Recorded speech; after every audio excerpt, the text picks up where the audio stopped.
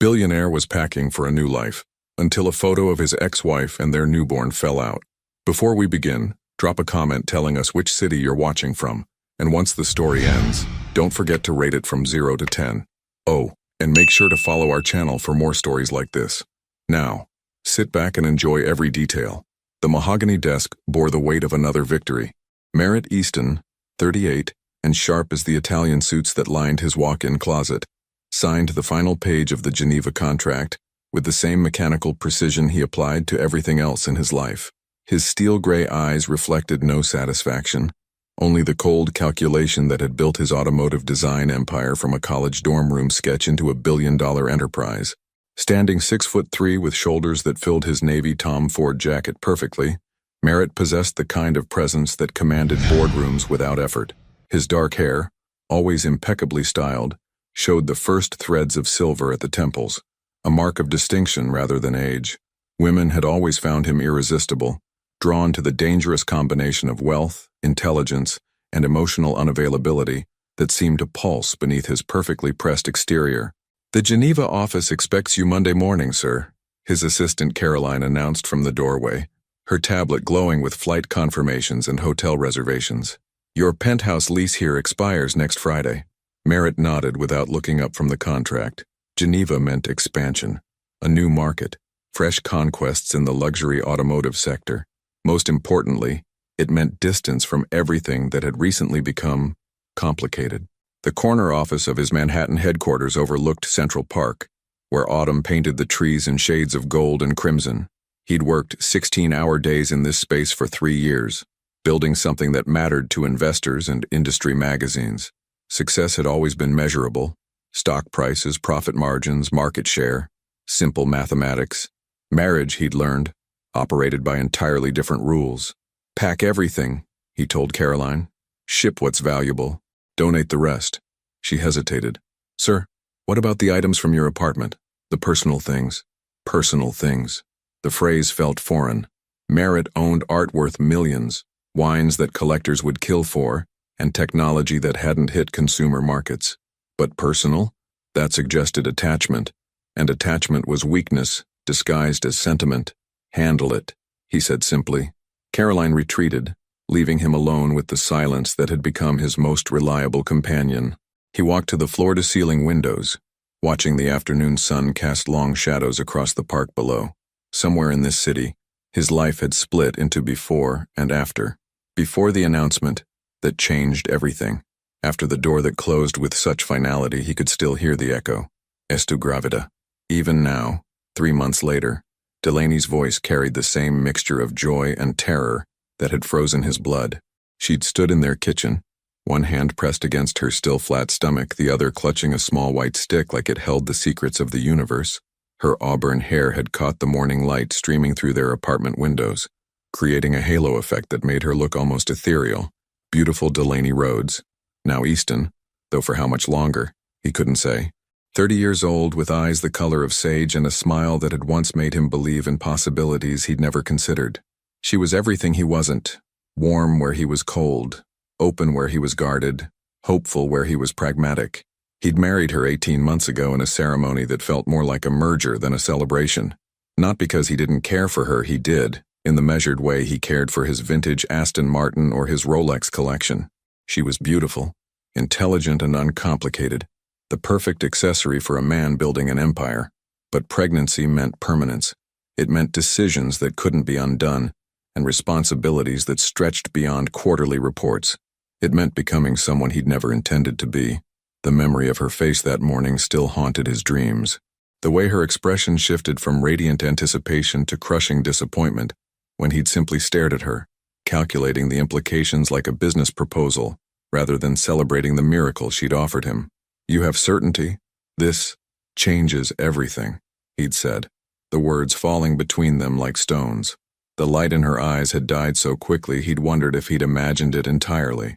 She'd nodded slowly, carefully placing the pregnancy test on the marble countertop between them like evidence in a trial where they were both defendant and jury. He'd left for the office that morning and returned to find her sitting at their dining room table, hands folded, waiting. No tears, no accusations, just a question that cut deeper than any blade. "Do you want this baby, Merritt?" The honest answer, the one that revealed exactly who he was beneath the expensive suits and careful reputation, had lodged in his throat like a confession he couldn't make. Because wanting meant risking everything he'd built on the foundation of emotional distance.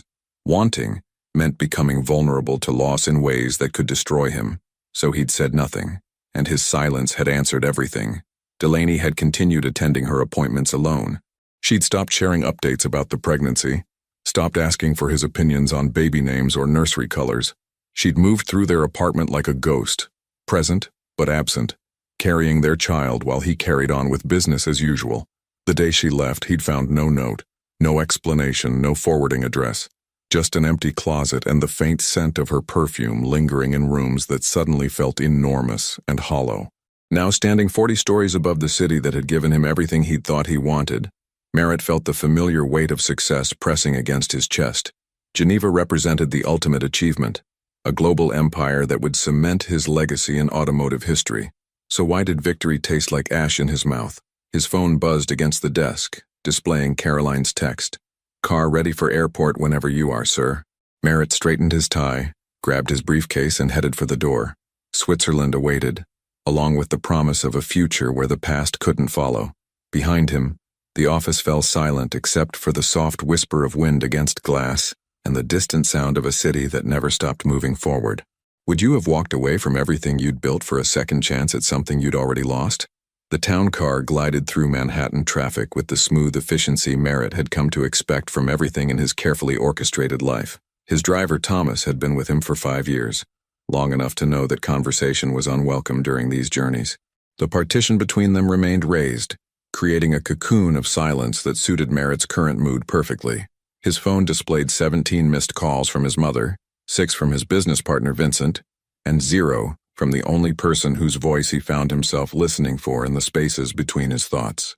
Delaney had been gone for 3 months, and the silence where her presence used to be had grown into something living and hungry, consuming his concentration during board meetings and stalking him through the empty rooms of his apartment.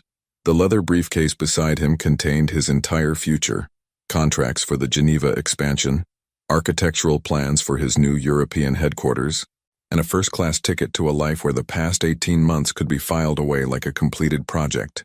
Clean, efficient, final. "Mr. Easton?" Thomas's voice crackled through the intercom. "There's been an accident ahead. We can take the tunnel route, but it'll add 20 minutes to JFK. "Do it," Merritt replied, settling back against the seat. 20 minutes meant nothing when you were running toward something instead of away from it. Or at least, that's what he told himself. The car descended into the tunnel, artificial lights creating a rhythmic pattern against the windows. In the strobing illumination, he caught glimpses of his reflection, the sharp jawline that had graced magazine covers, the steel gray eyes that had intimidated competitors and charmed investors. At 38, he looked like exactly what he was, a man who had conquered every challenge except the one that mattered most. His phone buzzed with a text from Vincent. Board meeting moved to Thursday. "Geneva office needs final signatures by Monday. You're really doing this?" The question mark at the end felt loaded with years of friendship and business partnership. Vincent had been the one to introduce him to Delaney at a gallery opening 2 years ago, and he'd been the one to witness the slow-motion destruction of their marriage from a front-row seat in their social circle. Merritt typed back, "Already done. New chapter starts now." But even as he sent the message, something cold settled in his chest. New chapters implied that old ones were finished, and he wasn't entirely certain that was true. Delaney had a way of existing in the spaces between his thoughts, appearing in the corner of his vision like a memory that refused to fade. She'd been different from the women who usually orbited his world. Where others saw his wealth and status first, Delaney had looked at him with curiosity, as if she were trying to solve a puzzle rather than position herself for advantage. Their first conversation had lasted 3 hours, moving from art to philosophy to the small revelations that people usually kept hidden behind social masks. "You collect beautiful things," she'd observed, studying a sculpture in his apartment during their 3rd date. "I appreciate quality," he'd replied, the standard response he gave to anyone who commented on his acquisitions. "But do you love any of them?" she'd asked, turning those sage eyes on him with an intensity that had made him feel suddenly exposed. The question had haunted him then, and it haunted him now as the car emerged from the tunnel into the gray afternoon light. Love was a luxury he'd never allowed himself, a weakness that successful men couldn't afford. His father had taught him that lesson early and often. Emotional attachments were vulnerabilities that competitors could exploit. Yet Delaney had somehow slipped past his defenses, not through manipulation or calculation, but through the simple act of seeing him as more than the sum of his achievements. She'd found the spaces where his armor was thinnest, and filled them with warmth he hadn't realized he was missing. The pregnancy had changed everything. Not because he didn't want children. He'd never considered the question deeply enough to form an opinion, but because her joy in that moment had revealed the depth of her expectations, the future she'd been imagining, that included him not just as a provider or partner but as a father. The weight of that trust had terrified him more than any business risk he'd ever taken. "Terminal 4, sir," Thomas announced as they pulled into JFK. Merritt gathered his briefcase and stepped out into the crisp October air. Around him, travelers moved with purpose, heading toward destinations that promised new beginnings or long-awaited reunions. He was neither running toward something nor returning to anyone. He was simply moving, because stillness had become unbearable. The first-class lounge welcomed him with the kind of anonymous luxury that had become his natural habitat. He settled into a leather chair overlooking the runway, where planes departed every few minutes carrying people toward futures they couldn't yet imagine. His phone buzzed with an email marked urgent from Caroline. The subject line read, "Personal items, shipping update." He almost deleted it without reading, but something made him pause. Personal items. What did that even mean in his world? He'd instructed Caroline to ship anything valuable and donate the rest, but now he found himself curious about what she'd considered worth preserving. The email contained a detailed inventory, his watch collection, several pieces of art, his wine cellar contents, and a small box marked miscellaneous personal effects. At the bottom, Caroline had added a note. "Found these items in your desk drawer. Wasn't sure about disposal instructions. Please advise." Attached were 3 photos. The first showed Delaney's reading glasses, the ones she'd worn while studying medical journals late at night. The second was a small potted succulent she'd brought to his office, claiming it would humanize the space. The third was a pregnancy test, tucked into a velvet jewelry box like something precious. Merritt stared at the screen, his coffee growing cold in his hand. He'd never seen the test after that morning in the kitchen. Delaney must have kept it, hidden it away like a secret or a promise. The fact that it had ended up in his desk drawer meant she'd placed it there deliberately, sometime before she left. A message hidden in plain sight, waiting for him to find it. Flight 847 to Geneva, now boarding first-class passengers. The announcement echoed through the lounge. Merritt remained seated, staring at the photo of a plastic stick that had once held the power to change everything. Around him, passengers gathered their belongings and headed toward gates that would carry them away from this moment, this choice, this crossroads. But he couldn't move, because suddenly the question wasn't whether he could escape the past, but whether he wanted to. The Geneva flight departed without him. Merritt sat in the empty first-class lounge, watching through floor-to-ceiling windows as his escape route taxied down the runway and disappeared into the gray October sky. His phone had been ringing nonstop for 20 minutes. Vincent, the Geneva office, his mother again, but he couldn't bring himself to answer. The pregnancy test photo still glowed on his screen, a small plastic oracle that had somehow derailed his entire future. "Sir?" A uniformed airline employee approached hesitantly. "Are you feeling all right? You missed your boarding call." Merritt looked up from his phone, registering the concern in the young woman's eyes. When was the last time someone had asked if he was all right? When was the last time the answer would have been anything but the automatic "fine" that successful men were trained to give? "I'm reconsidering my destination," he said finally. The employee nodded professionally. "We can rebook you on tomorrow's flight, or if you prefer a different route." "No." The word came out sharper than intended. "I need to go home." Home. The word felt foreign in his mouth. He'd called many places home over the years. Boarding school dormitories, college apartments, luxury condos in 3 different cities. But none of them had felt like the apartment he'd shared with Delaney, where she'd left books half open on coffee tables and plants in every window, where the morning light caught her hair as she made coffee in one of his Columbia Law t-shirts. The ride back to Manhattan passed in a blur of tunnel lights, and Thomas's carefully maintained silence. Caroline had texted 17 times, each message more frantic than the last. The Geneva deal was worth $200 million. The board was asking questions. Stock prices were fluctuating based on rumors of his absence. None of it mattered. His penthouse apartment greeted him with the kind of pristine emptiness that luxury magazines featured in spreads about successful bachelor living. Every surface gleamed, every piece of furniture sat at perfect angles, every work of art hung in museum-quality lighting. It was gorgeous, expensive, and completely devoid of the warmth that had once filled these rooms. Merritt loosened his tie and walked to the kitchen, where granite countertops reflected the city lights like a mirror. This was where Delaney had told him about the pregnancy, standing near the island with her hand pressed against her stomach and hope shining in her eyes. This was where he'd failed his first test as a father before their child was even born. The refrigerator held bottled water, imported beer, and takeout containers from restaurants whose names he couldn't remember. When Delaney had lived here, it had been full of real food, ingredients she'd used to cook meals that filled the apartment with scents that made him want to come home instead of working until midnight. His phone buzzed with a call from Vincent. This time he answered. "Jesus Christ, Merritt, where the hell are you? Geneva's been calling every 10 minutes. They think you've lost your mind." "Maybe I have." Merritt sank onto the leather sofa that had cost more than most people's cars.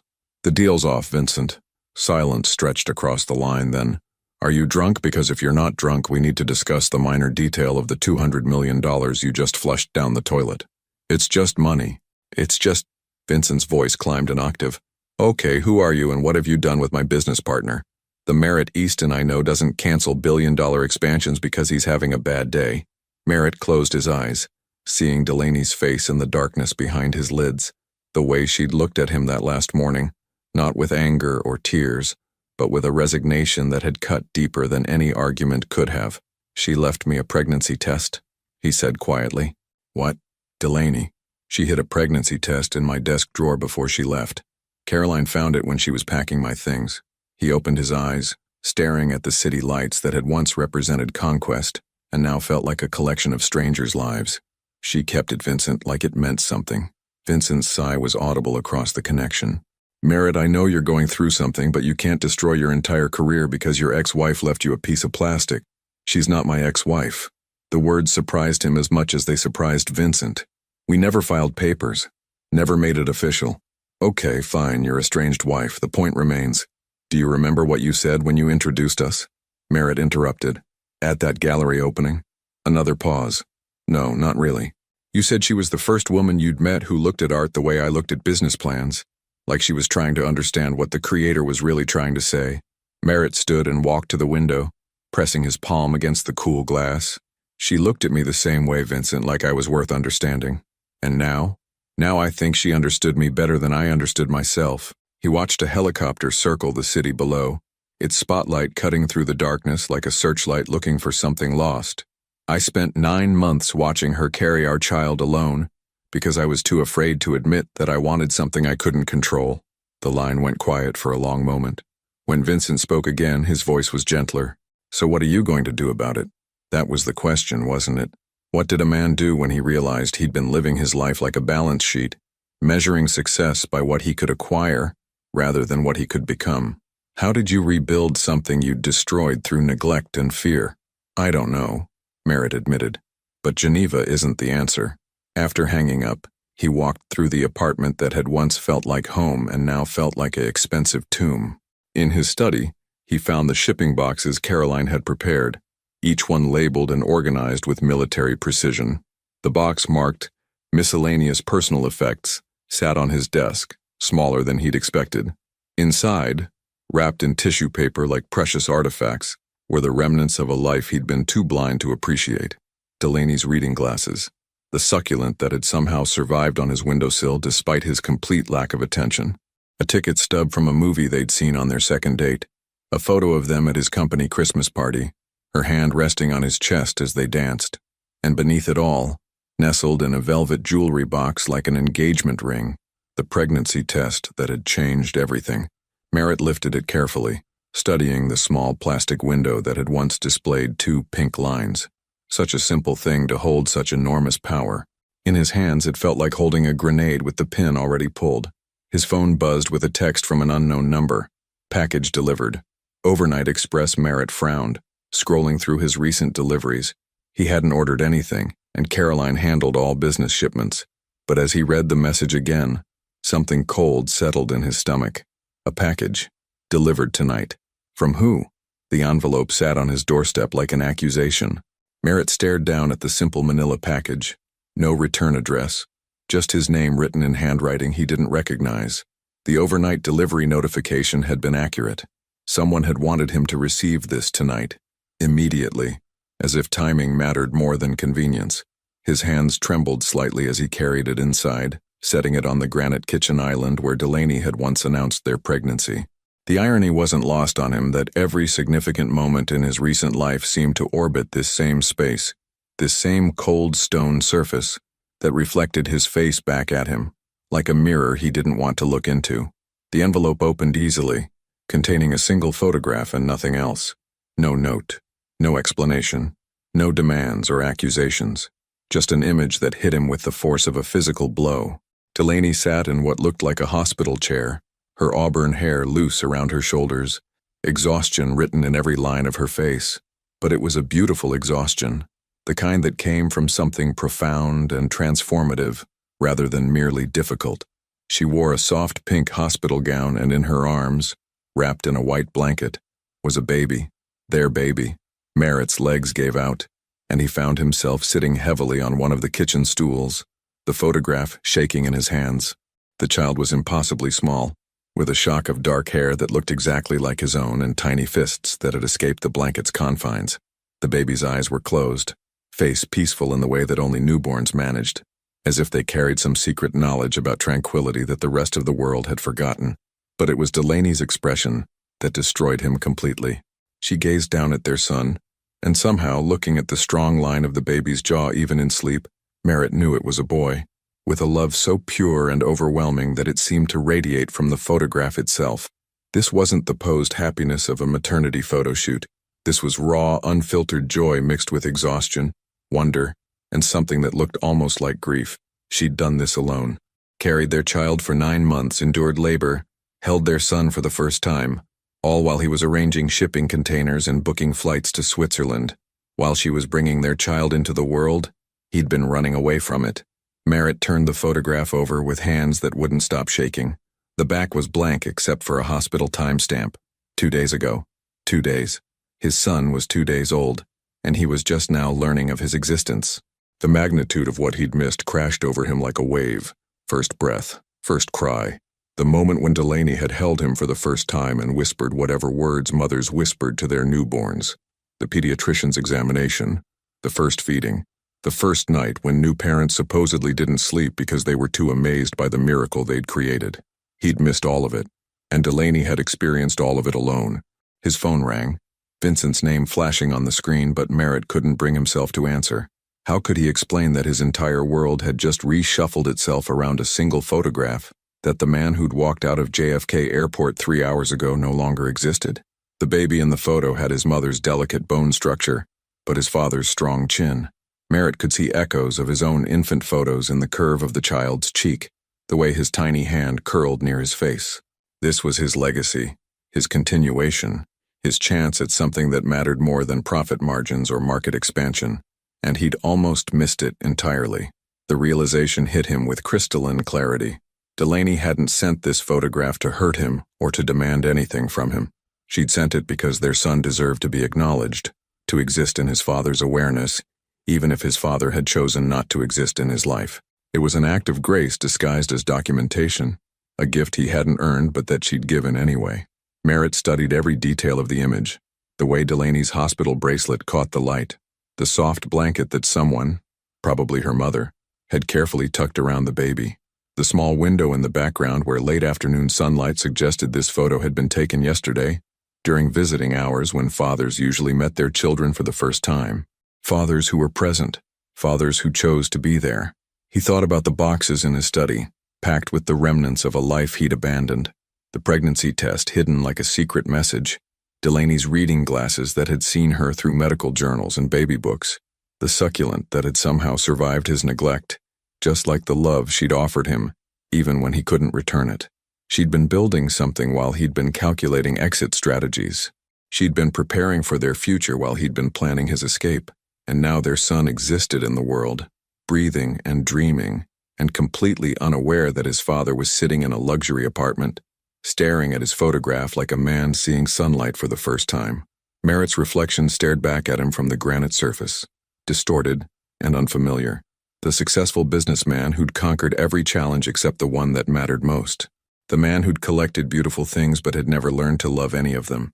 The father who'd missed his son's birth because he'd been too afraid to stay and find out what kind of man he might become. But maybe it wasn't too late. Maybe 2 days wasn't an eternity. Maybe there was still time to become the person that tiny sleeping face deserved to call father. His phone buzzed with another text from the unknown number. His name is Camden Merritt Easton, born October 17th, 3:47 a.m. 7 pounds, 2 ounces, perfect in every way. Camden. She'd given him Merritt's name as a middle name, even after everything that had happened between them. Even after he'd failed every test that mattered, she'd still wanted their son to carry part of his father with him. The second message came immediately after. St. Mary's Hospital, room 314. If you want to meet him. Merritt's hands moved before his mind could catch up, grabbing his keys and jacket. For the first time in 3 months, he knew exactly where he needed to be. The fluorescent lights of St. Mary's Hospital buzzed overhead like electrical insects, casting everything in the harsh white glow that made even healthy people look sick. Merritt stood frozen in the elevator, watching the numbers climb. 2nd floor, 3rd floor, each ding bringing him closer to a moment he'd spent 9 months avoiding. His reflection in the polished steel doors showed a man he barely recognized. His usually perfect hair was disheveled from running his hands through it during the 20-minute drive across the city. His tie hung loose, his jacket wrinkled from gripping the steering wheel like a lifeline. For the first time in his adult life, Merritt Easton looked exactly like what he was, terrified. The elevator opened onto the maternity ward, revealing a corridor lined with rooms where new families were beginning their stories. Soft lighting replaced the harsh fluorescence, and the walls were painted in soothing blues and greens, as if color alone could make the magnitude of birth and new life feel manageable. Room 314 was halfway down the hall, and with each step, Merritt felt the weight of every choice that had brought him to this moment. The decision to marry Delaney because she seemed like a safe bet rather than a great love. The retreat into work when she'd announced her pregnancy. The months of silence when he should have been preparing for fatherhood. The flight to Geneva that he'd almost taken, running from the most important moment of his life. He paused outside room 312, where through the partially open door he could see a young couple bent over a bassinet, their whispered conversations filled with wonder and exhaustion. The man, barely out of college by the look of him, held his partner's hand while she fed their baby, both of them looking like they'd discovered the secret to happiness. Merritt had been older than both of them combined when Camden was born, and yet he felt infinitely less prepared. Room 314's door was closed, but warm light leaked from underneath, suggesting life and wakefulness beyond. Merritt raised his hand to knock, then let it fall. What did a man say when he'd missed the birth of his own child? How did you apologize for abandoning someone during the most vulnerable moment of their life? Are you going to stand out here all night, or are you actually going to knock?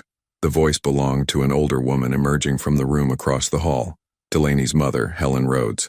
62 years old with silver hair and the kind of sharp intelligence that had clearly been passed down to her daughter. Helen had never particularly liked Merritt. She'd tolerated him during family dinners and holiday gatherings, but her politeness had always carried an edge that suggested she saw through his carefully constructed facade. Tonight, that edge had been replaced by something harder. Mrs. Rhodes. Merritt straightened his shoulders, falling back on the formal manners that had carried him through 1,000 uncomfortable business meetings. I received Delaney's message. Did you? Helen's gray eyes, so much like her daughter's, studied him with the intensity of a scientist examining a particularly disappointing specimen. Because I was under the impression that you'd already left for Switzerland. Something about a business opportunity that couldn't wait. The words hit like physical blows, each one precise and perfectly aimed. Helen Rhodes had never been subtle about her opinions, and she clearly saw no reason to start now. Things changed, Merritt said quietly. Things changed. Helen repeated the words like she was tasting something bitter. My daughter spent 43 hours in labor, Merritt. 43 hours. Do you know what that means? He didn't respond, sensing that any answer would only make things worse. It means she started having contractions on Tuesday night and didn't deliver until Thursday afternoon. It means she was alone for almost 2 days while her body was trying to bring your son into the world. Helen stepped closer, and despite being 8 inches shorter than him, somehow managed to make him feel small. She kept asking for you. Even after everything you'd put her through, she kept hoping you'd show up. The image hit him like a physical blow. Delaney in pain, scared, asking for someone who'd already mentally boarded a plane to another continent. His successful businessman's mind tried to calculate the logistics. If labor had started Tuesday night and the baby was born Thursday afternoon, that meant she'd been trying to reach him while he was finalizing contracts and packing his apartment. While his son was being born, he'd been choosing which artwork to ship to Geneva. "I didn't know," he said, the words inadequate even as he spoke them. "Of course you didn't know. You made sure you didn't know." Helen's voice carried the accumulated exhaustion of a woman who'd spent 2 days supporting her daughter through something that should have been shared with a partner. "You want to know what she said when Camden was born? When the doctor placed him on her chest and she saw his face for the first time?" Merritt found himself nodding, even though he was certain he didn't want to hear this. She said, "He looks just like his daddy." Not with anger, not with resentment, with love. Even then, after everything, she looked at that baby and saw you, and it made her happy. The words broke something inside him that he hadn't even realized was still intact. Here was proof of a grace he'd never deserved, love that had persisted despite his complete failure to earn it. Delaney had looked at their newborn son and seen the best parts of a man who'd given her every reason to see only the worst. "I want to meet him," Merritt said, surprised by the steadiness of his own voice. "If she'll let me."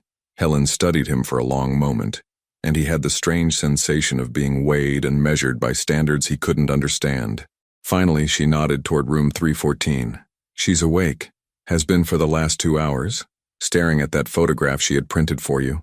Helen's expression softened slightly. "She still loves you, you know. God help her, but she does.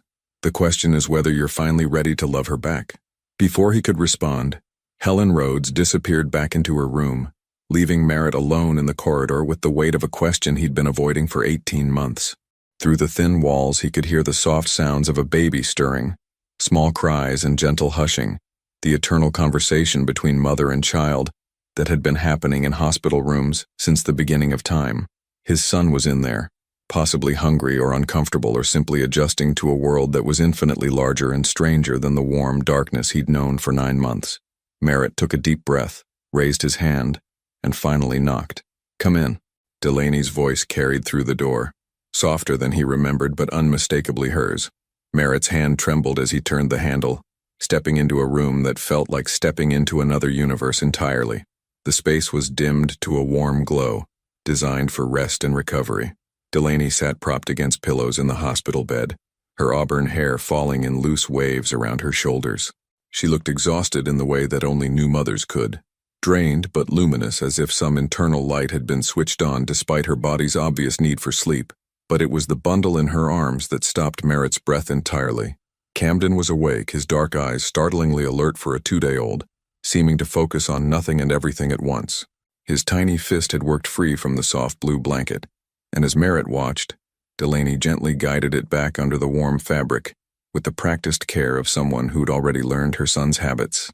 "You came," she said simply, without looking up from the baby. "I saw the photograph." Merritt remained by the door, uncertain whether he was welcome to come closer. "Delaney, don't." Her voice wasn't angry, just tired. "Don't apologize yet. Just come meet your son first." She looked up then, and the impact of her sage-green eyes hit him like a physical force. There was no accusation there, no anger, just a profound sadness mixed with something that looked almost like relief, as if she'd been holding her breath for 2 days, waiting to see if he would choose to be present for this moment. Merritt crossed the room slowly, each step feeling monumental. As he drew closer, Camden came into sharper focus. The dark hair that was definitely inherited from his father, the delicate features that echoed his mother's bone structure, the impossibly small hands that seemed too perfect to be real. Merritt's voice caught. "He's beautiful. He has your stubborn chin," Delaney said, and there was the ghost of a smile in her voice. "And my mother's impatience. He's been fussy since about midnight, like he's got places to be." Merritt found himself smiling despite the emotional turbulence in his chest, already showing leadership qualities, or control issues, Delaney replied, and this time the smile reached her lips. Wonder where he gets that from. The gentle teasing was so familiar, so reminiscent of the easy rapport they'd shared before everything became complicated, that Merritt felt something loosen in his chest. This was the Delaney who'd made him laugh during board meetings with perfectly timed text messages. The woman who'd seen through his carefully constructed walls and somehow decided he was worth the effort anyway. Can I? He gestured toward the chair beside her bed and she nodded. Sitting down brought him close enough to see every detail of his son's face. Camden's eyes were the deep blue-gray that most newborns had, but something in their shape reminded Merritt of his own baby photos. The curve of the child's ear was pure Delaney, but the strong line of his jaw was unmistakably Easton genetics. Would you like to hold him? Delaney asked quietly. Terror and longing warred in Merritt's chest. He'd held babies before, distant cousins, colleagues' children at company events, but this was different. This was his son, his legacy, his chance to either begin something beautiful or destroy it through inexperience and fear. I don't know how, he admitted. Neither did I 48 hours ago. Delaney shifted slightly, preparing to transfer the baby, support his head and neck. Everything else is instinct. The moment Camden settled into his arms, Merritt understood why people used words like miracle to describe birth. The baby was impossibly light and impossibly solid at the same time, warm and alive and completely dependent on the adults around him for everything. His son. This tiny person was half of him, half of Delaney, and somehow entirely himself. Camden stirred slightly, making a small sound that wasn't quite crying but wasn't contentment either. Merritt found himself swaying gently, a motion that seemed to come from somewhere deeper than conscious thought. He likes that, Delaney observed. You're a natural. I missed everything, Merritt said, the words escaping before he could stop them. Your mother told me about the labor. 43 hours and I wasn't here. Delaney was quiet for a long moment, watching him hold their son. When she spoke, her voice was carefully controlled. I know you were scared. I know this wasn't what you planned. It wasn't about planning. Merritt met her eyes, needing her to understand even if understanding couldn't undo the damage he'd caused. It was about, I spent my whole life believing that caring about something made you weak. That love was a liability successful people couldn't afford. And now? Camden chose that moment to open his eyes fully, looking directly at his father with the kind of unfocused intensity that newborns managed. Merritt felt something shift inside his chest, some fundamental reorganization of priorities that had nothing to do with logic and everything to do with the small life breathing steadily in his arms. Now I think I was an idiot, he said softly. A successful, wealthy, completely hollow idiot who almost lost the only things that actually matter. Delaney's eyes filled with tears, but she didn't let them fall. I didn't send that photograph to manipulate you into coming back. I sent it because Camden deserves to exist in your awareness, even if you choose not to exist in his life. I want to exist in his life. The words came out stronger than he'd expected. I want to be his father, Delaney. Not just financially, not just legally, but actually. I want to teach him things and embarrass him at soccer games and worry about him when he starts dating. That's a beautiful thought, she said carefully. But wanting something and being capable of it are different things. Then teach me. He looked down at Camden, who had dozed off again with the easy trust that babies showed toward anyone who held them gently. I know I have no right to ask anything of you after what I've done, but teach me how to be what he needs. Delaney studied his face for a long moment, and Merritt had the sensation of being examined by someone who knew him better than he knew himself. Finally, she reached out and touched Camden's tiny hand, where it rested against Merritt's chest. He's going to need more than weekend visits and expensive toys, she said quietly. He's going to need someone who shows up, someone who stays when things get difficult. I want to be that person. Do you? Or do you want to be that person? Her question was gentle but precise, cutting straight to the heart of his uncertainty. Because those are very different things, Merritt. Before he could answer, Camden stirred in his arms, making the small huffing sounds that Delaney had learned meant he was getting hungry. The spell of the moment broke slightly, replaced by the practical reality of caring for a newborn. He needs to eat, Delaney said, reaching for the baby. As Merritt transferred Camden back to his mother, their hands brushed and the familiar electricity was still there, the connection that had drawn them together in the first place and had somehow survived everything that had tried to destroy it. But connection wasn't the same as trust. And trust, Merritt realized as he watched Delaney settle Camden for feeding, was something that had to be earned one choice at a time. 3 days later, Merritt stood in the baby section of Target at 7 in the morning, holding a shopping list written in Delaney's careful handwriting and feeling more out of place than he had in any boardroom negotiation. Diapers, size newborn, formula, Similac, burp cloths, baby wipes, sleep sacks, 0 to 3 months. The items seemed simple enough until he faced an entire aisle of options he'd never known existed. Who knew there were 17 different types of baby formula, each promising different benefits he couldn't begin to understand? You look lost. The voice belonged to a woman about his age, pushing a cart filled with groceries and a toddler who was systematically destroying a box of crackers. She had the kind of practical beauty that came from someone who'd learned to prioritize function over form, her brown hair pulled back in a messy bun, and her clothes designed for comfort rather than impression. Completely, Merritt admitted, holding up the list. My son is 4 days old and apparently I know nothing about babies. First time? She asked, and when he nodded, her expression softened with understanding. It's overwhelming at first, but babies are simpler than the marketing wants you to believe. Here, she reached for a basic container of formula. This is what most pediatricians recommend unless there's a specific reason to use something else. Thank you. Merritt studied the container like it contained state secrets. I'm supposed to be intelligent. I run a multi-billion-dollar company. But apparently, that doesn't translate to understanding infant nutrition. The woman laughed, not unkindly.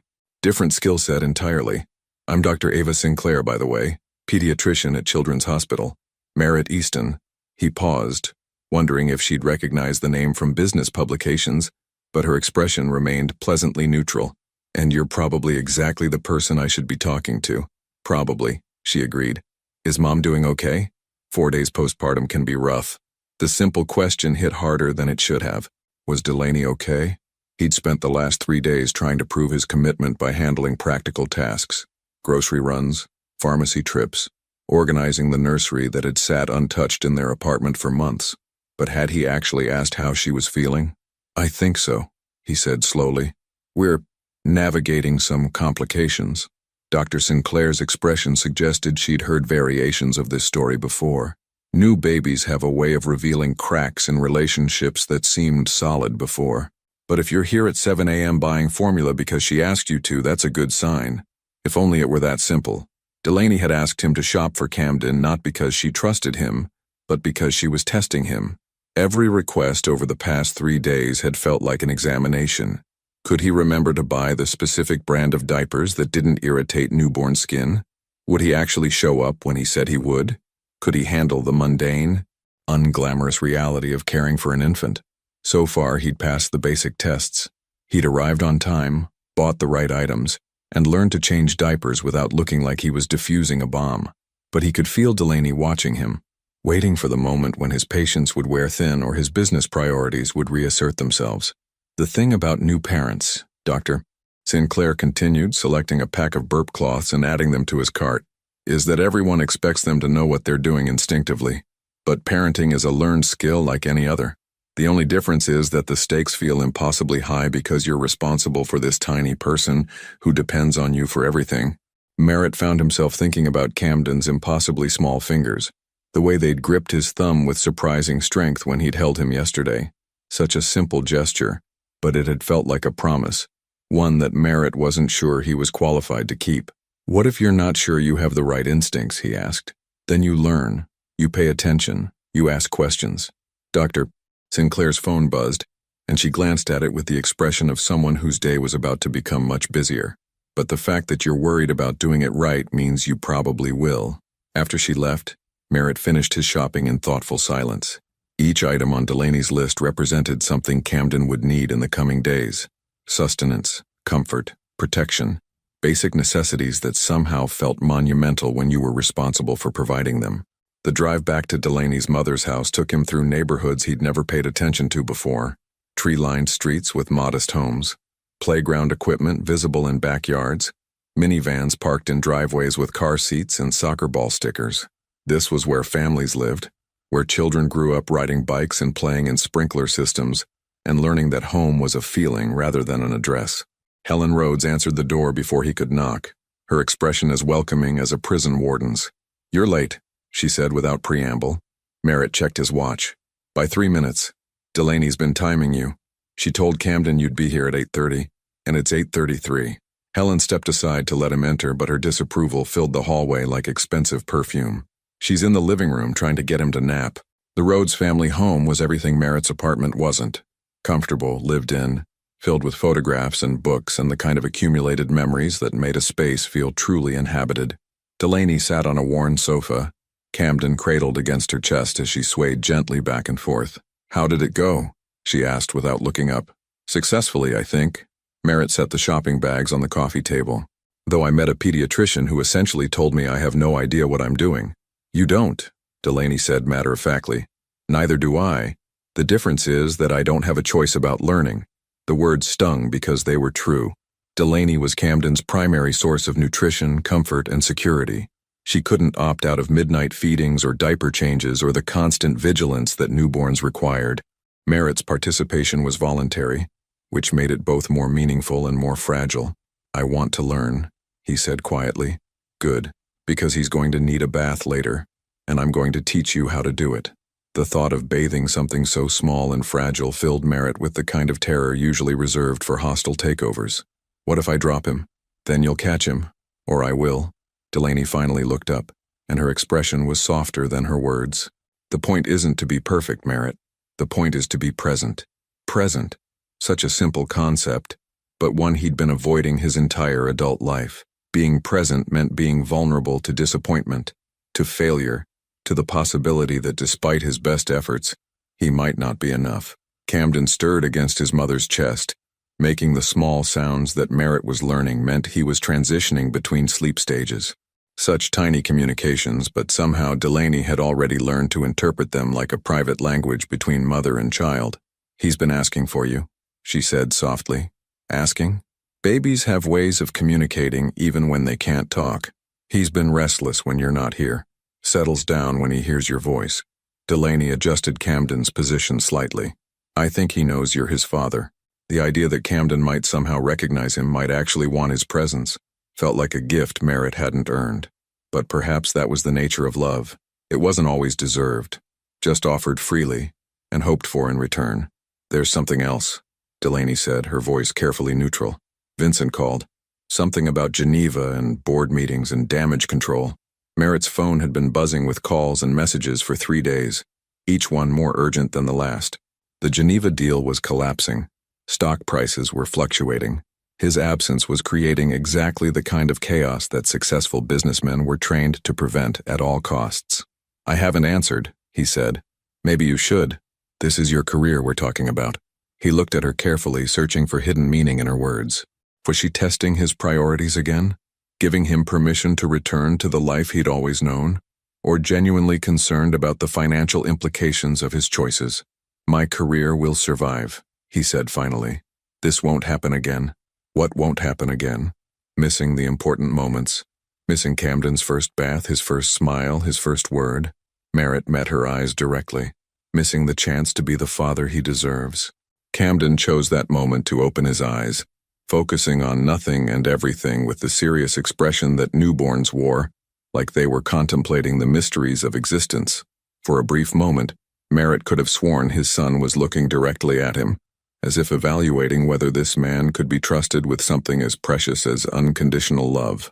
The answer, Merritt realized, was entirely up to him. The phone call came at 2:47 a.m., shattering the fragile peace of Merritt's first full night of sleep in a week. "Merritt?" Delaney's voice was tight with barely controlled panic. "I need you to come over. Now." He was already reaching for his clothes before fully processing her words.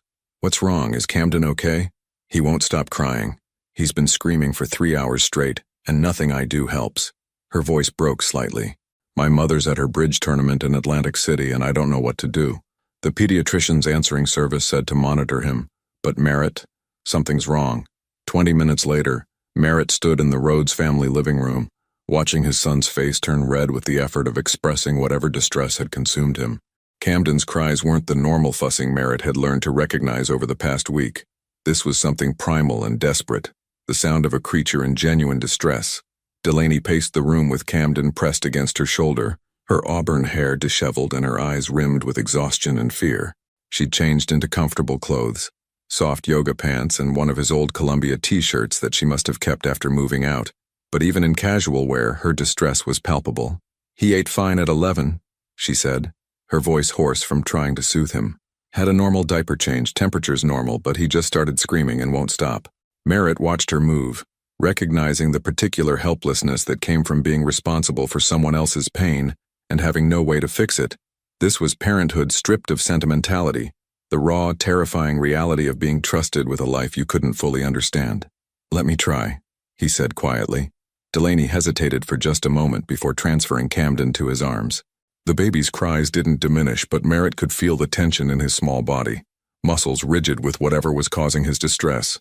"Hey, buddy," Merritt murmured, settling into the rocking chair that had probably soothed Delaney when she was Camden's age. "What's going on? Talk to me." Camden's response was another wail that seemed to come from somewhere deeper than his tiny lungs should have allowed.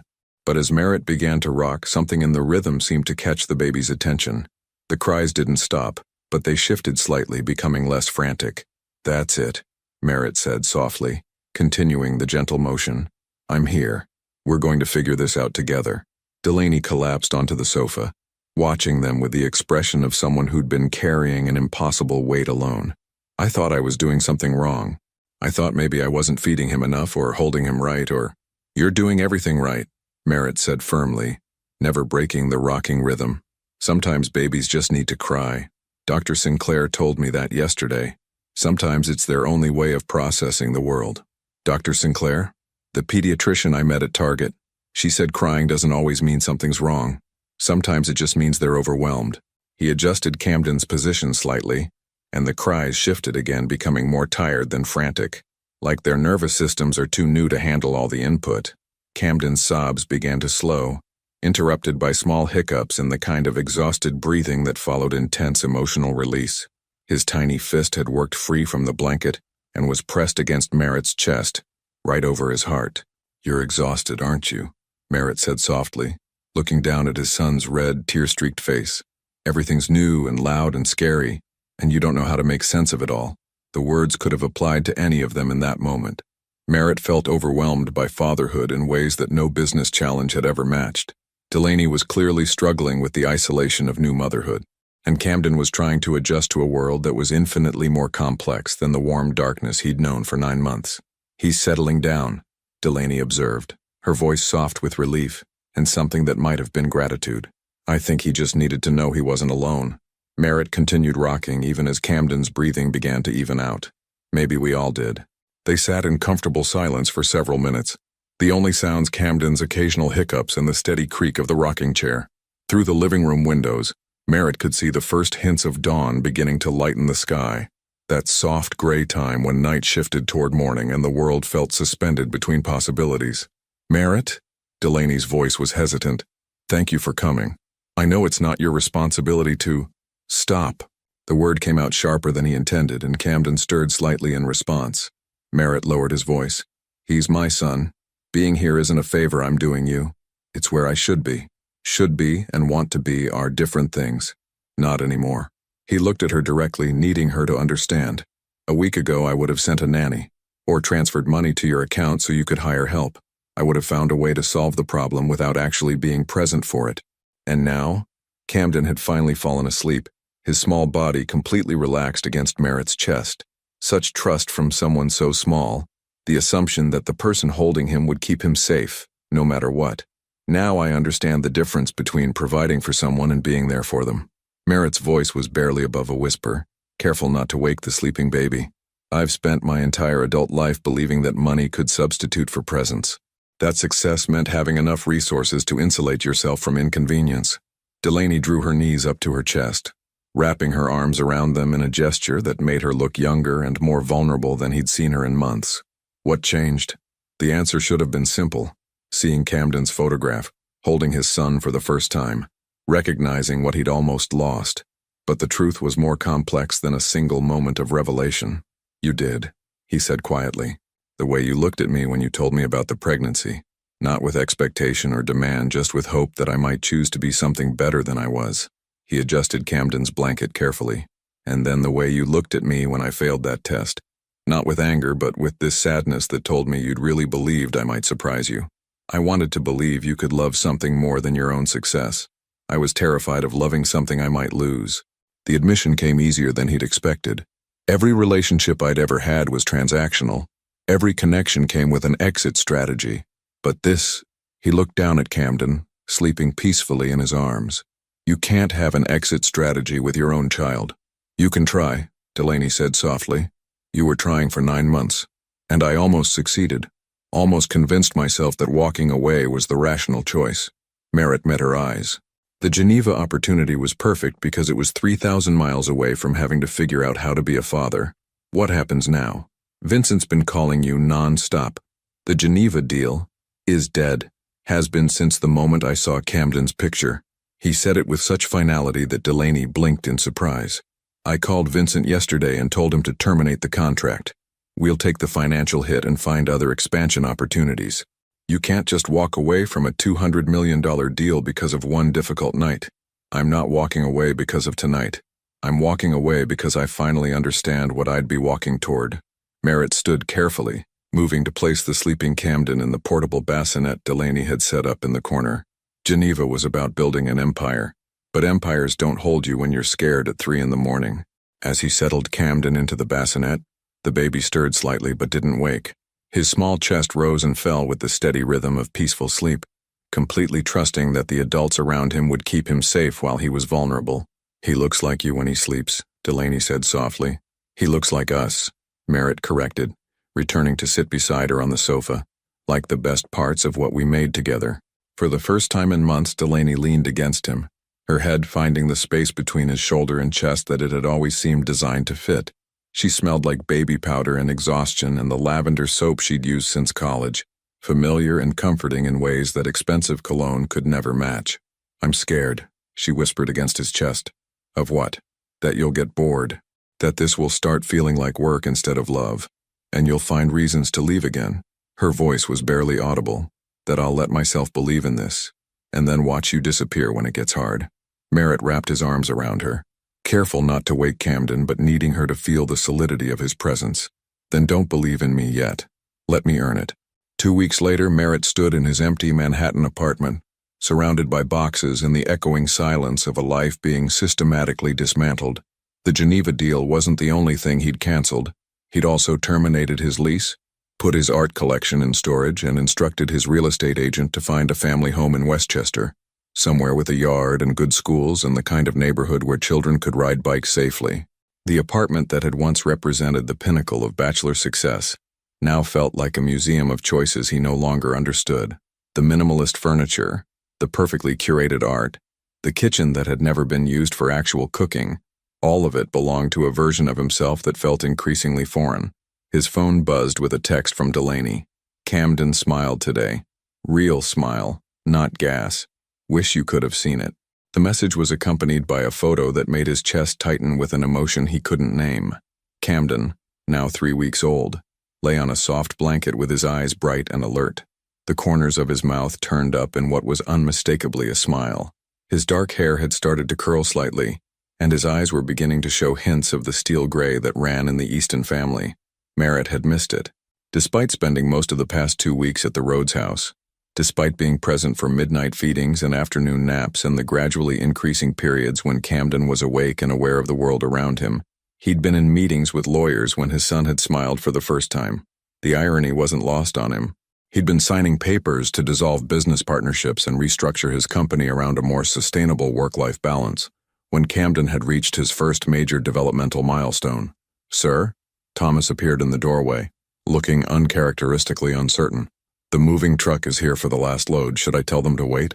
Merritt looked around the space that had defined his identity for 3 years.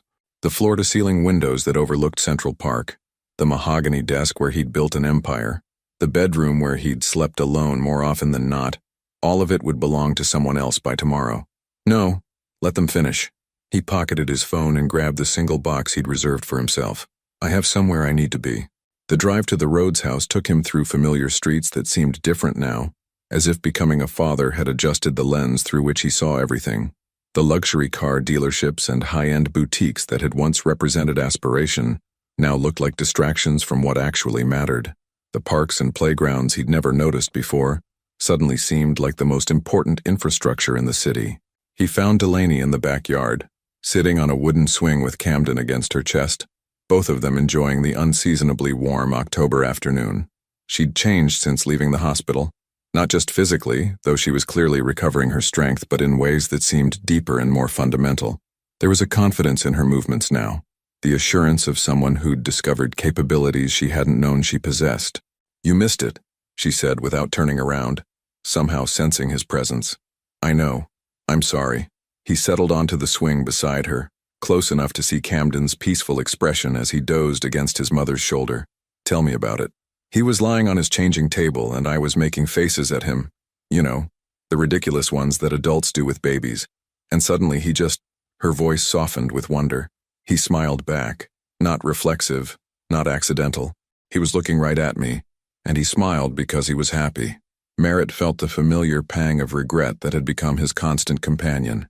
Another first missed, another moment that belonged to the category of experiences that couldn't be recreated or recovered. "I took a video," Delaney added quietly, "if you want to see it." Later, he reached out to touch Camden's tiny hand, marveling again at the perfect miniature fingers that already showed signs of his own long, elegant shape. "I have news. About the company, about us, about what happens next." Merritt took a breath, recognizing that the words he was about to speak would fundamentally alter the trajectory of all their lives. "I sold my stake in the business." Delaney's head snapped toward him, her eyes wide with shock. "You what?" "Vincent made an offer. A very generous offer to buy out my shares and take over as majority owner." Merritt kept his voice steady, though the magnitude of what he'd done was still settling in his own mind. "The paperwork was finalized this morning. Merritt, that company is your entire life. You built it from nothing. I built it instead of building anything else that mattered." He met her eyes directly. "The company will survive without me. Probably thrive, actually. Vincent's always been better with people than I am. But Camden won't get another chance to have his father present for his childhood." Delaney stared at him as if he'd announced he was joining the circus. "What are you going to do? You can't just retire at 38. "I'm not retiring. I'm pivoting." The business term felt inadequate for what was actually a complete reconstruction of his priorities. "I've been talking to some consulting firms about advisory roles. Things that would let me work from home, set my own schedule, be available for the important moments. And financially, we'll be fine. More than fine." He smiled at her obvious concern about practical matters. So typically Delaney to worry about logistics even in the middle of life-altering revelations. "The sale price was substantial. We could live comfortably without me working at all for the next 20 years. Camden stirred against Delaney's chest, making the small sounds that meant he was transitioning toward wakefulness. Soon he'd be hungry, or need changing, or simply want attention. The constant demanding rhythm of infant care that had become the organizing principle of their days. "This is about more than just being available for feedings and diaper changes," Delaney said carefully. "This is about fundamentally changing who you are." "No," Merritt said quietly. "This is about finally becoming who I actually am instead of who I thought I was supposed to be." Camden opened his eyes then, focusing on his father with the intent expression that newborns wore when they were trying to make sense of the world. For a moment, Merritt could have sworn his son was studying him, evaluating whether this man could be trusted with something as precious as unconditional love. "There's something else," Merritt said, never breaking eye contact with Camden. "I want to come home." "You don't have a home anymore. You said you terminated your lease." "I meant here, with you and Camden." He finally looked at Delaney, seeing his own vulnerability reflected in her sage-green eyes. "I want us to be a family. Not co-parents, not people who share custody of a child we both love. A family." Delaney was quiet for so long that Merritt began to wonder if he'd misread everything. The way she'd leaned against him during Camden's difficult night, the gradual thawing of her defenses over the past 2 weeks, the small moments of connection that had felt like forgiveness in progress. "I can't go back to the way things were before," she said finally. "I can't be the woman who makes herself smaller so you can feel bigger. I can't pretend your work doesn't matter as much as mine, or that my dreams are negotiable in ways that yours aren't. I don't want you to be that woman. I never wanted you to be that woman. I just didn't know how to be a man who deserved anything else." Merritt reached for her free hand, encouraged when she didn't pull away. "I want to be with the woman who challenges me to be better, who sees through my carefully constructed facade, who loves me enough to call me on my failures. And if it gets hard, If Camden gets sick or money gets tight or we have the kind of fight that makes you want to escape to Switzerland again, then we figure it out together. Because this, he gestured to encompass Camden, Delaney, the quiet backyard where they were having the most important conversation of their lives. This is what success actually looks like. Camden chose that moment to smile again, the real, intentional smile that Delaney had described. It started small, just a slight upturn of his lips, then spread across his entire face like sunrise breaking over a landscape. He was looking directly at Merritt when it happened, as if he'd been waiting for this exact moment to offer his opinion on the conversation. "I think that's a yes," Delaney said softly, and there were tears in her voice. Merritt leaned over to kiss her forehead, then Camden's, sealing a promise that felt more binding than any contract he'd ever signed. Tomorrow would bring new challenges, sleepless nights, financial adjustments, the daily work of building a life together, rather than simply sharing space. But for the first time in his adult life, he was choosing love over safety, presence over success, connection over control. And his son was smiling. 6 months later, Merritt woke to the sound of Camden's laughter echoing through the Westchester house they'd bought together. A sprawling colonial with a wraparound porch and enough bedrooms for the family they were still figuring out how to be. The sound was different from the cries that had punctuated those first terrifying weeks. This was pure joy, the kind of uninhibited delight that only children managed, untainted by self-consciousness or restraint. Camden had discovered his own hands the week before, and the fascination with his tiny fingers had provided endless entertainment for all of them. Merritt found them in the nursery, Delaney sitting cross-legged on the floor while Camden lay on his back on a soft quilt, batting at the mobile of wooden animals that hung above him. Sunlight streamed through windows that overlooked a backyard where Merritt had already planned a swing set, and maybe a vegetable garden, domestic dreams that would have seemed impossible a year ago. "Good morning, troublemaker," Merritt said, settling beside them on the floor. Camden's response was a gurgle of recognition followed by more laughter as he managed to grab one of the mobile's dangling elephants. At 6 months old, he was beginning to show distinct personality traits, curiosity that seemed endless, a stubborn determination that definitely came from both parents, and a smile that could dissolve any argument between the adults in his life. "He's been up since 5, Delaney said, though her tone held no complaint. "I think he was waiting for his morning constitutional with Daddy." The morning constitutional had become their routine. Merritt would take Camden for a walk through the neighborhood while Delaney caught up on sleep or simply enjoyed an hour of solitude. It wasn't much, but it was theirs, and it had become one of the anchors around which their new life was organized.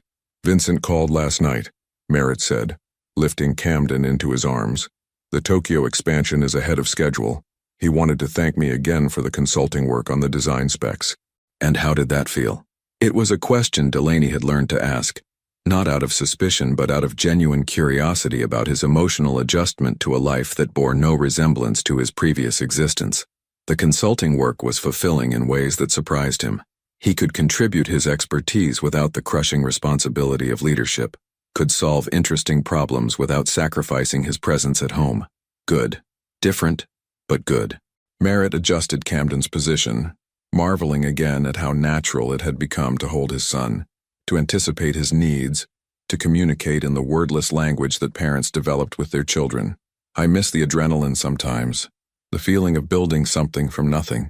But I'm building something here too, something that matters more than market share or profit margins." He looked around the nursery they'd decorated together, soft blues and greens, books already lining the shelves for when Camden was old enough to appreciate stories, photographs of 3 generations of family members who would help shape this child's understanding of love and belonging. Camden reached up to grab Merritt's nose, a new favorite game that never failed to make him laugh. Such a simple gesture, but it represented trust in its purest form, the assumption that the person holding him would never hurt him, would always keep him safe, would be there whenever he needed comfort or protection. "There's something I need to tell you," Delaney said, her voice carrying a note that made Merritt look at her more carefully. She was sitting with her knees drawn up, arms wrapped around them, and the gesture he'd learned meant she was processing something significant. Her auburn hair had grown longer since Camden's birth, and she'd started wearing it down more often, softening the professional severity she'd maintained during her medical training. "What is it?"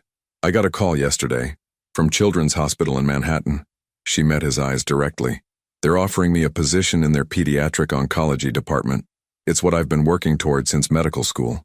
Merritt felt something cold settle in his stomach. Children's Hospital was in the city, an hour commute each way even without traffic. It would mean long hours, demanding cases, the kind of career commitment that didn't leave much room for the domestic life they'd been building. "That's incredible," he said, and meant it despite his concerns. "You've earned this." "Have I? I've been out of residency for 8 months, taking care of Camden, figuring out how to be a mother. Part of me wonders if I'm even the same doctor I was before." "You're better," Merritt said without hesitation. "You understand things about healing and caring that you couldn't have learned from textbooks. Those children will be lucky to have you." Camden started to fuss slightly, the precursor to hunger that they'd both learned to recognize. Delaney reached for him automatically, and Merritt watched the seamless transition that still amazed him, the way she could comfort their son with nothing more than the familiarity of her voice and touch. "The position starts in 3 months, she said as Camden settled against her for feeding. "Full-time, with the possibility of research opportunities down the line. Everything I thought I wanted, thought you wanted? I don't know anymore. 6 months ago, career advancement was the most important thing in my life. Now," she looked down at Camden, who had found his rhythm and was nursing contentedly. "Now I understand why people say having children changes everything. It's not just that you love them, it's that loving them reorganizes your entire understanding of what matters." Merritt moved to sit behind her, wrapping his arms around both of them in a gesture that had become natural over the months they'd been rebuilding their relationship. The three of them fit together like pieces of a puzzle that had finally found its proper configuration. "What do you want to do?" he asked. "I want to take the job, and I want to be present for Camden's first steps and first words and all the moments that happen when you're not looking." She leaned back against his chest. "I want to be the kind of mother who doesn't miss the important things, and the kind of doctor who makes a difference. I just don't know if it's possible to be both." "We'll figure it out," Merritt said, the words coming easily because they'd become the foundation of everything they'd built together. "We'll hire help when you need it, and I'll adjust my consulting schedule, and we'll make mistakes and learn from them just like we've been doing since Camden was born." "You really mean that? You won't resent the chaos or the lack of flexibility or the times when work has to come first?" "Delaney," he turned her gently so she could see his face. 6 months ago, I would have seen your career as competition for your attention. I would have calculated how your success might impact my comfort, my priorities, my carefully controlled life. And now? Now I understand that watching you become everything you're capable of being is part of loving you. Camden deserves to see his mother pursuing her dreams, not sacrificing them. Merritt touched his son's tiny hand, which had escaped from his blanket and was resting against Delaney's chest. "And I want to be the kind of father who shows him that love means supporting the people you care about in becoming their best selves." Camden finished eating and immediately fell asleep, the kind of instant unconsciousness that only babies managed. Delaney shifted him to her shoulder for burping, and Merritt found himself thinking about the life they were creating together, messy and unpredictable and nothing like the controlled existence he'd once thought he wanted. "I love you," Delaney said quietly, the words offered like a gift rather than an obligation. "I love you too, both of you." He kissed the top of her head, breathing in the scent of her shampoo mixed with baby powder and the indefinable sweetness that seemed to cling to everything in Camden's orbit, more than I knew was possible. Outside, the neighborhood was coming to life, children walking to school, parents heading to work, the ordinary rhythm of families beginning another day. Soon Camden would be old enough to join that flow, to ride bikes and play in yards and learn that home was both a place and a feeling. But for now, in the quiet nursery filled with morning light and the sound of their son's peaceful breathing, they had everything they needed. Not the life either of them had planned, but the life they'd chosen together. Imperfect and demanding and more beautiful than any success Merritt had ever achieved in a boardroom. Camden stirred slightly in his sleep, his small fist opening and closing as if he were grasping for something just out of reach. Without thinking, Merritt offered his finger, and Camden's hand closed around it, with the automatic trust that had become the organizing principle of all their days. Holding on, being held, choosing to stay when staying was difficult. This was what family meant. This was what love looked like when it stopped being theoretical and became the daily practice of showing up for the people who needed you most. And finally, for the first time in his life, Merritt Easton was exactly where he belonged. 3 years later, the sandbox in their backyard had become the center of Camden's universe, and by extension, the center of theirs. Merritt sat on the wooden edge watching his 3-year-old son construct what appeared to be either a castle or a space station. With Camden, the distinction was often unclear. The boy had inherited his father's attention to detail and his mother's creative imagination, resulting in elaborate architectural projects that required serious discussion about structural integrity and the proper sand-to-water ratio. "Daddy, look." Camden held up a plastic bucket filled with perfectly molded sand. "It's a tower for the Dragon Princess. The Dragon Princess needs a very tall tower," Merritt agreed solemnly, having learned that Camden's stories required respectful attention to their internal logic. "Is she trapped or is she the one doing the trapping?" Camden considered this with the gravity of a Supreme Court justice. "She's protecting the treasure, but she's nice to good guys." "Ah, a discerning Dragon Princess. Very wise." Through the kitchen window, Merritt could see Delaney preparing lunch, still wearing her hospital scrubs from the morning shift at Children's Hospital. 3 years into her position in pediatric oncology, she'd found her rhythm, working 4 days a week, with Fridays reserved for research and family time. It wasn't perfect, but it was theirs. The compromise had required adjustments from both of them. Merritt had restructured his consulting business to be completely remote, turning their home office into a space where he could advise automotive companies across 3 continents without missing Camden's afternoon naps or evening bedtime stories. Some days were harder than others. Client calls during sandbox time, Delaney getting home late from difficult cases, but they'd learned to bend without breaking. "Merritt," Delaney called from the kitchen. "Can you bring Camden in? Lunch is ready and we have news to discuss." News. In their household, that could mean anything from Camden's preschool teacher wanting to discuss his tendency to reorganize the classroom toy bins to Delaney being offered another research opportunity. Merritt had learned to approach news with cautious optimism. "Come on, Dragon Princess Protector," he said to Camden. "Time for sustenance." Camden abandoned his construction project with the easy adaptability of childhood, racing toward the house with the boundless energy that had replaced infant sleepiness. At 3, he was all motion and questions and observations that sometimes left his parents speechless with their unexpected wisdom. The kitchen smelled like grilled cheese sandwiches and tomato soup, comfort food that had become their Saturday tradition. Delaney had changed out of her scrubs into jeans and one of Merritt's old sweaters. Her hair pulled back in the messy bun that usually meant she was processing something significant. "What's the news?" Merritt asked, lifting Camden into his booster seat. "2 pieces, actually." Delaney served lunch with the efficient movements of someone who'd mastered the art of feeding a family while managing multiple thoughts. "Good news first. My research proposal was accepted. The childhood leukemia study I've been working on for 2 years is getting full funding." "Delaney, that's incredible." Merritt felt the familiar surge of pride that came with watching his wife achieve goals she'd been pursuing since before they'd met. "How long is the study period?" 3 years, with the possibility of extension. It means more travel, some conference presentations, probably some late nights analyzing data. She sat down across from them, her expression carefully neutral.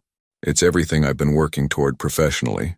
Mama's gonna help sick kids," Camden announced around a mouthful of sandwich. "That's good." "Yes, it is good," Merritt agreed, studying Delaney's face for signs of whatever complexity lay beneath her careful composure. "What's the second piece of news?" She reached across the table to take his hand, her fingers intertwining with his in the gesture that had become their shorthand for significant moments. "I'm pregnant." The words hit him like a physical force, and for a moment Merritt was transported back to that kitchen in their old apartment, to Delaney's hopeful face and his own paralyzing fear. But this time, the fear was different. Not the terror of unwanted responsibility, but the natural anxiety of someone who understood exactly how precious and fragile new life could be. "Pregnant," he repeated, needing to hear the word aloud to make it real. "About 10 weeks. I wanted to wait until after the first trimester to say anything, but with the research study starting," she squeezed his hand. "The timing is complicated." Camden looked up from his soup, processing the conversation with the seriousness he brought to all adult discussions. "Baby?" he asked. "Yes, sweetheart," Delaney said softly. "You're going to be a big brother." Camden's response was a whoop of excitement that nearly knocked over his cup. "Can I teach the baby about dragon princesses?" "I think the baby would love that," Merritt said, his voice rougher with emotion than he'd expected. A second child. Another tiny person who would depend on them for everything, who would reorganize their carefully constructed balance and force them to grow in ways they couldn't anticipate. The thought should have terrified him. 3 years ago, it would have sent him reaching for his phone to check flight schedules to distant cities.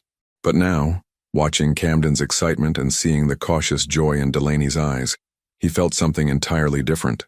Hope, anticipation, the kind of overwhelming love that made fear seem insignificant by comparison. "We'll figure it out," he said, the words that had become their family motto. The research study, the new baby, Camden's adjustment to being a big brother. "We'll figure all of it out together. Are you sure? Because this time you know what you're signing up for." Sleepless nights, diaper changes, the complete upheaval of any schedule we've managed to establish. Merritt stood and walked around the table to pull her into his arms, breathing in the familiar scent of her hair and the lingering antiseptic smell from the hospital that had become as much a part of her as her laugh. 3 years ago, when Camden was born, I thought love was a finite resource, he said quietly, that caring about one thing meant having less to give to everything else. But watching you love him, watching him love us back, I've learned that love doesn't divide, it multiplies. Even with the research study, the travel, the irregular hours, especially with the research study, Camden needs to see his mother changing the world, and our new baby needs to be born into a family where both parents are becoming the best versions of themselves. Delaney pulled back to look at him, and he could see the moment when her carefully maintained control cracked slightly, revealing the joy she'd been protecting behind practical concerns. "I love you," she whispered. "All of you. This complicated, beautiful, impossible family we've built. I love you too. All of you." He rested his hand on her still flat stomach, marveling at the life growing there, even the one we haven't met yet. Camden, who had been following the conversation with the intense focus he brought to all important family discussions, suddenly stood up in his booster seat. "Group hug," he announced, launching himself into their embrace with the fearless trust that had defined his relationship with the world since birth. They stood there in their kitchen, surrounded by the comfortable chaos of lunch dishes and Camden's sandbox sand tracked across the floor, holding each other, and the promise of the family they were still becoming. Through the window, Merritt could see the backyard where Camden would soon teach a younger sibling about dragon princesses and proper castle construction. The swing set he'd installed last spring, the vegetable garden that had produced exactly 3 tomatoes and endless pride, the oak tree where they'd hung a rope swing that Camden insisted was actually a ship's rigging.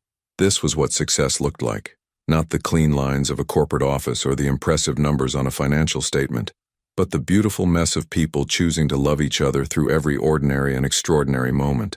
"Daddy?" Camden's voice was muffled against his chest. "When the baby comes, can we build it a sandbox too?" "I think that's an excellent idea," Merritt said, imagining 2 children playing in the backyard, fighting over plastic buckets and creating elaborate fantasy worlds in the sand. "We'll build the best sandbox in the neighborhood. With a moat. Definitely with a moat." Delaney laughed, the sound bright with happiness and the particular exhaustion that came from loving people more than you'd ever thought possible. "Our children are going to be so spoiled. They're going to be loved," Merritt corrected. "There's a difference." Later that evening, after Camden had been tucked into bed with stories about brave dragon princesses and promises that they would start planning the new baby's sandbox tomorrow, Merritt and Delaney sat on their front porch, watching the sun set over the neighborhood where they'd chosen to build their life together. "Do you ever miss it?" Delaney asked. "The old life? The excitement? The travel? The feeling of being important in ways that quarterly reports could measure?" Merritt considered the question seriously, thinking about the man he'd been before Camden's birth had reorganized his understanding of everything that mattered. "Sometimes I miss the simplicity of it," he said finally, "when success was just a number that went up, and the only person I had to worry about disappointing was myself. But I wouldn't trade this for anything, not for all the Geneva deals in the world." He reached for her hand, finding it exactly where he'd expected it to be. "I've learned that the most important things in life can't be measured in spreadsheets or planned in 5-year strategies. They happen in moments like this, with people you love, in places that feel like home." A few houses down, they could hear the sound of other families settling into their evening routines, children being called in from yards, dinner conversations drifting through open windows, the comfortable sounds of people who had chosen to build their lives around connection rather than achievement. "I'm scared," Delaney admitted quietly, "about managing everything. The research study, a new baby, Camden's needs, our relationship. What if I can't be everything to everyone? Then we'll adjust. We'll ask for help. We'll make mistakes and learn from them and forgive ourselves for not being perfect. Merritt pulled her closer, marveling again at how natural it felt to be the person others leaned on, instead of the person who stood alone. The only thing that would scare me is if you tried to be less than you are because you thought it would be easier. Promise me something? Promise me that if it gets hard, when it gets hard, you won't start looking for exits. That you'll remember this conversation and this feeling and choose us again. I promise, he said, and meant it with every cell in his body. Every day, for the rest of my life, I choose us.